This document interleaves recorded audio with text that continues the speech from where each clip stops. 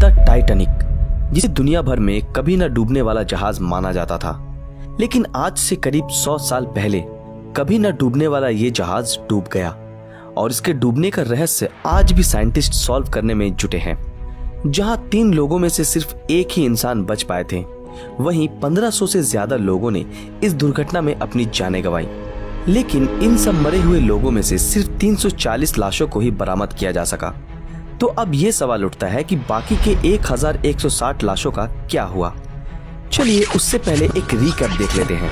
अप्रैल 14, 1912 को जब RMS Titanic एक आइसबर्ग से टकराने की वजह से पानी में समाने लगा, जिस वजह से 1000 से ज्यादा लोग नॉर्थ अटलांटिक ओशियन के बर्फीले पानी में डूबकर मारे गए, जिसका तापमान -2 डिग्री सेल्सियस बताया जाता है।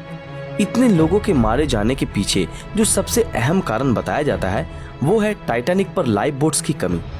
जहां टाइटैनिक के पैसेंजर कैपेसिटी के हिसाब से 60 लाइफ बोट्स होने चाहिए थे, वहीं टाइटैनिक पर सिर्फ 20 लाइफ बोट्स ही मौजूद थे।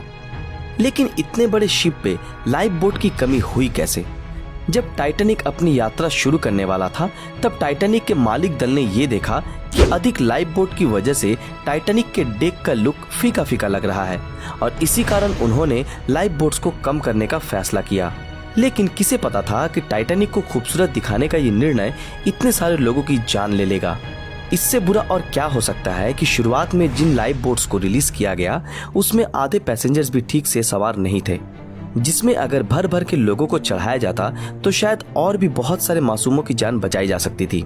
इसके बावजूद भी उन डूब रहे यात्रियों को उस बर्फीले पानी में डूबने से बचाया जा सकता था अगर टाइटैनिक के पास से गुजर रहे दूसरे शिप्स ने टाइटैनिक से भेजे गए सिग्नल्स को देख पाते।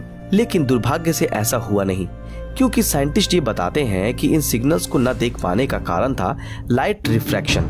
और साइंटिस्ट ये भी बताते हैं कि यही घटना उस वक्त भी हुई थी जब टाइटैनिक आइसबर्ग से टकराने वाला था, जिस कारण टाइटैनिक के चालक उस आइसबर्ग को नहीं देख पाए और बहुत देर हो गई। बहुत लोगों का ये कहना है कि आइसबर्ग को नहीं देख पाने का मुख्य कारण था कि टाइटैनिक के चालक के पास दूरबीन नहीं थी। और इसके पीछे का कारण ये बताया जाता है कि जिस कबर्ड में सारे दूरबीन रखे थे, उस वक्त टाइटैनिक पे ड्यूटी कर रहे ऑन ड्यूटी सेकंड ऑफिसर के पास उन कबर्ड्स की चाबियां नहीं थी, क्योंकि उनसे पहले जो सेकंड ऑफिसर टाइटैनिक पर ड्यूटी कर रहे थे, जिनका नाम था डेविड ब्लेयर, वो दूसरे ऑफिसर को चाबी हैंडओवर करना ही भूल गए थे। और अगर उनके पास उस वक्त दूरबीन मौजूद होती तो शायद वो बहुत दूर से ही उस आइसबर्ग को देख पाते और टाइटैनिक का रुख मोड़ सकते थे और बच सकते थे। लेकिन किस्मत को तो कुछ और ही मंजूर था।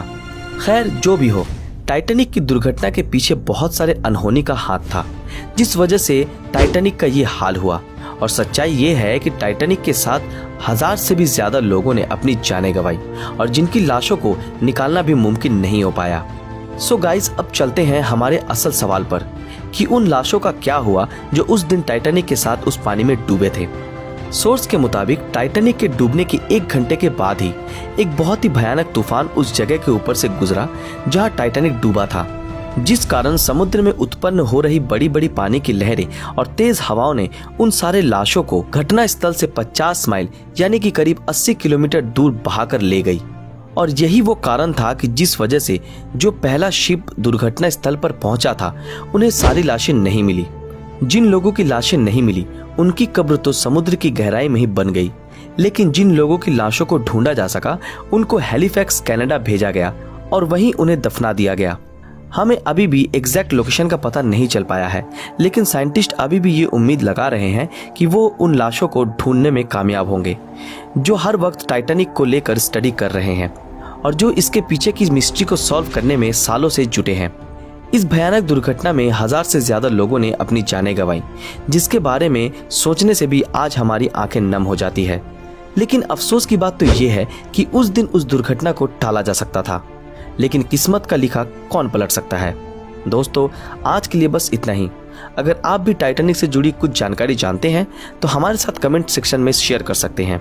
अगर ये वीडियो आप लोगों को पसंद आया हो तो इस वीडियो को लाइक और ज्यादा से ज्यादा शेयर जरूर करें। दोस्तों, क्या आपने हमारे फेसबुक पेज ब्रीदिंग नॉलेज को फॉलो किया है? अगर नहीं किया तो अभी तुरंत कर ले। तो फिर मिलेंगे आपके साथ अगली वीडियो में ऐसे ही किसी मजेदार विषय के साथ। तब तक के लिए अलविदा।